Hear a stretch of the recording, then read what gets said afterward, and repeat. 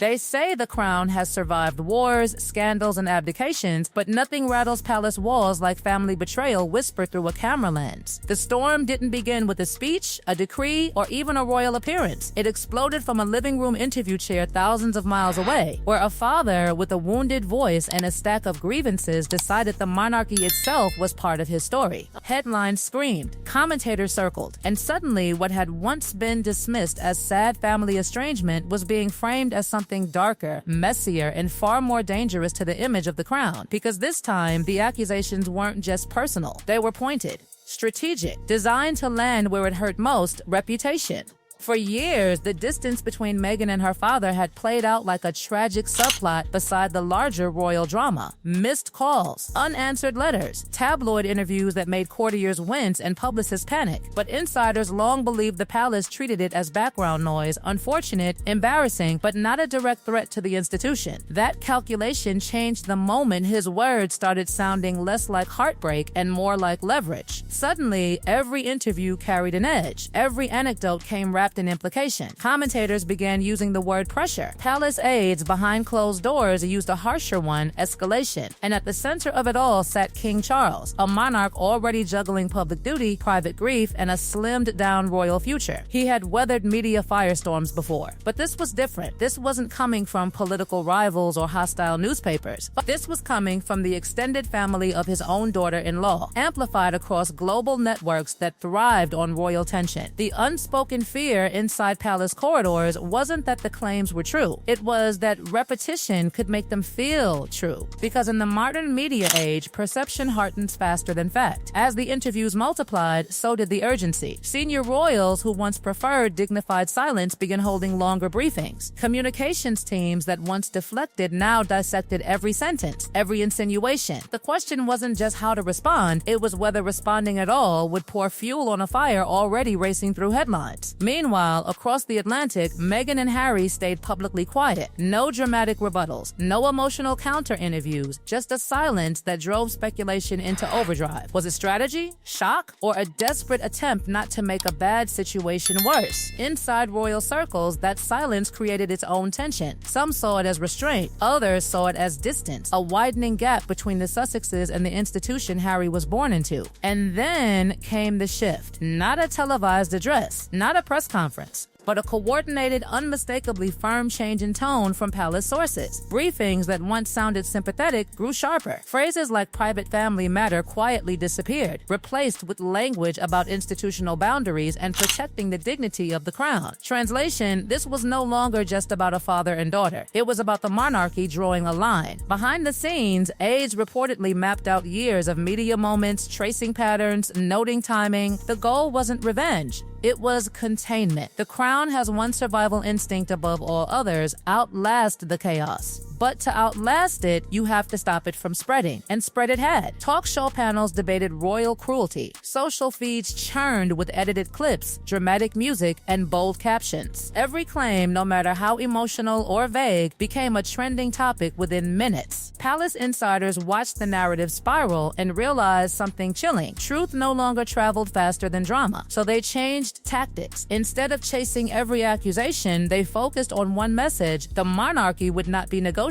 with through the media, no matter who tried, no matter how personal the angle. It was a quiet flex of power, the kind royal households have practiced for centuries. Close ranks, limit access, let the noise exhaust itself. But make no mistake, exhaustion doesn't come quickly in the age of viral outrage. While the public consumed the spectacle like a serialized drama, the emotional cost behind the scenes was real. For Meghan, it was another painful chapter in a relationship already fractured beyond recognition. For Harry, it was an impossible position, loyalty to his wife colliding with the reality of her father's relentless media presence. And for William and Catherine, it was something else entirely, a reminder that no matter how carefully they curated stability, chaos could still arrive through someone else's microphone. Royal life runs on control, controlled access, controlled messaging, controlled appearances. What terrified courtiers most about this saga was how uncontrollable it felt. A man outside the institution, beyond its rules, speaking whenever he wished to anyone who would listen. That unpredictability is what transforms family drama into institutional threat. So the crown did what it has always done when cornered, it hardened. Smiles stayed in place at public events. Engagements continued. Handshakes, hospital visits, charity speeches. The show of continuity was deliberate. A message in itself, the monarchy moves forward, no matter who shouts from the sidelines. But beneath that polished surface, trust had shifted. Lines had been redrawn. Doors that were once politely ajar had quietly closed. Because in royal history, exile doesn't always come with a decree. Sometimes it comes with silence, distance, and a collective decision that access is over. And that is where this story truly burns. Not in what was said on camera, but in how the crown responded when it decided enough was enough. The real explosion didn't happen on television. It happened in private rooms with heavy curtains, antique desks, and people who never raised their voices, because they don't have to. By the time the dust from the interview started settling, the palace wasn't reacting anymore. It was calculating. And when the crown starts calculating, someone always loses access. At the center of the storm sat King Charles III, a man who had spent a lifetime waiting to lead an institution built on patience. But patience has limits, especially when loyalty is being auctioned off in prime time. Those close to the king say the shift in his mood was subtle but unmistakable. The sympathetic father-in-law posture? Gone. In its place, the monarch, cooler, firmer, focused not on feelings but on fallout, because this was no longer just embarrassing, it was destabilizing. Every new allegation forced the palace to do something it despises, engage in modern media warfare. Courtiers who preferred handwritten correspondence now had crisis teams monitoring trending hashtags. Royal tradition was colliding with digital chaos, and the chaos wasn't slowing down. Behind closed doors, one phrase kept surfacing: reputational siege. The monarchy can survive scandal. It has survived worse than messy family interviews. But what it cannot tolerate is the idea that access to royal proximity can be turned into a business model. That's the line that had been crossed, and insiders say Charles knew it. Meanwhile, Prince William wasn't watching this as a distant brother. He was watching it as a future king and as a husband. Because once Catherine's name was dragged into the narrative, everything changed. William has built his public image on calm continuity, measured words, steady appearances. But those who know him say he has one immovable boundary: protecting his family from being used as pawns in someone else's publicity strategy. When accusations painted Catherine as cold, calculating, or cruel, palace insiders say William didn't explode, he froze. And that's worse, because when William goes cold, decisions get made. Suddenly, discussions that had floated for years about tightening institutional boundaries became urgent. Who gets to claim royal connection? Who gets to profit from proximity? Who gets cut off when they won't stop? These weren't emotional questions. They were structural ones. And structure is where the monarchy holds its real power. Through it all, Catherine, Princess of Wales, did what she does best. Nothing dramatic. No tearful statements. No defensive interviews. Just appearances, handshakes, and that unshakable composure that drives critics crazy because it gives them nothing to grab.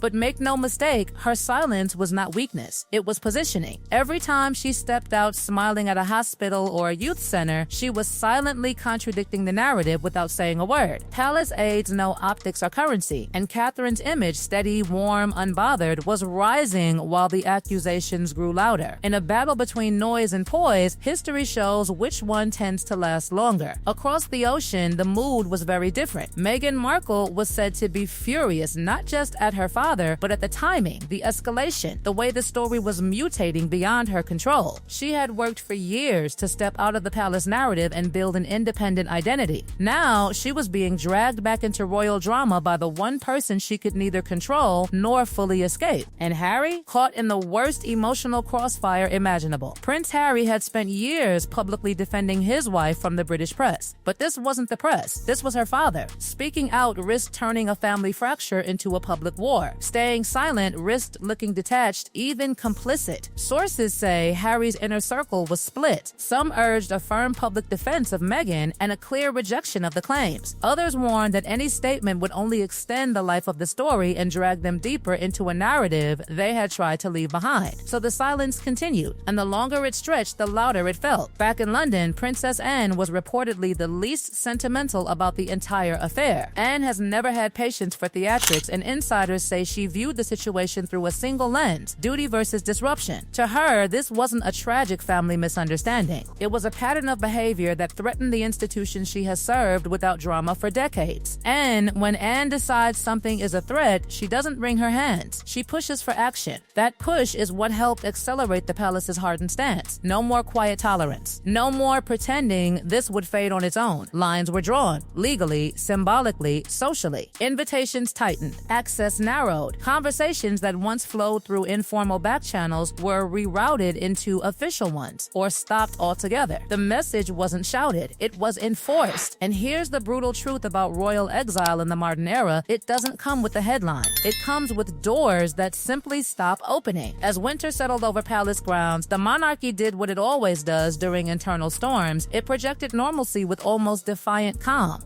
State duties continued. Charities were visited, smiles were photographed. To the public, the machine never faltered. But internally, something had shifted permanently. Trust had thinned, patience had run out, and the family line between private pain and public threat had been redrawn in ink, not pencil. The great irony? The louder the accusations became, the more the institution closed ranks and solidified its identity. Crises don't always weaken the crown. Sometimes they remind it exactly what it's protecting, not just tradition, but control over its own narrative. Because in the end, the monarchy doesn't fight like celebrities. It doesn't trade interviews or emotional confessions. It fights with time, distance, and the quiet removal of relevance. And that is the coldest power move of all. Power move of all. Power move of all. Power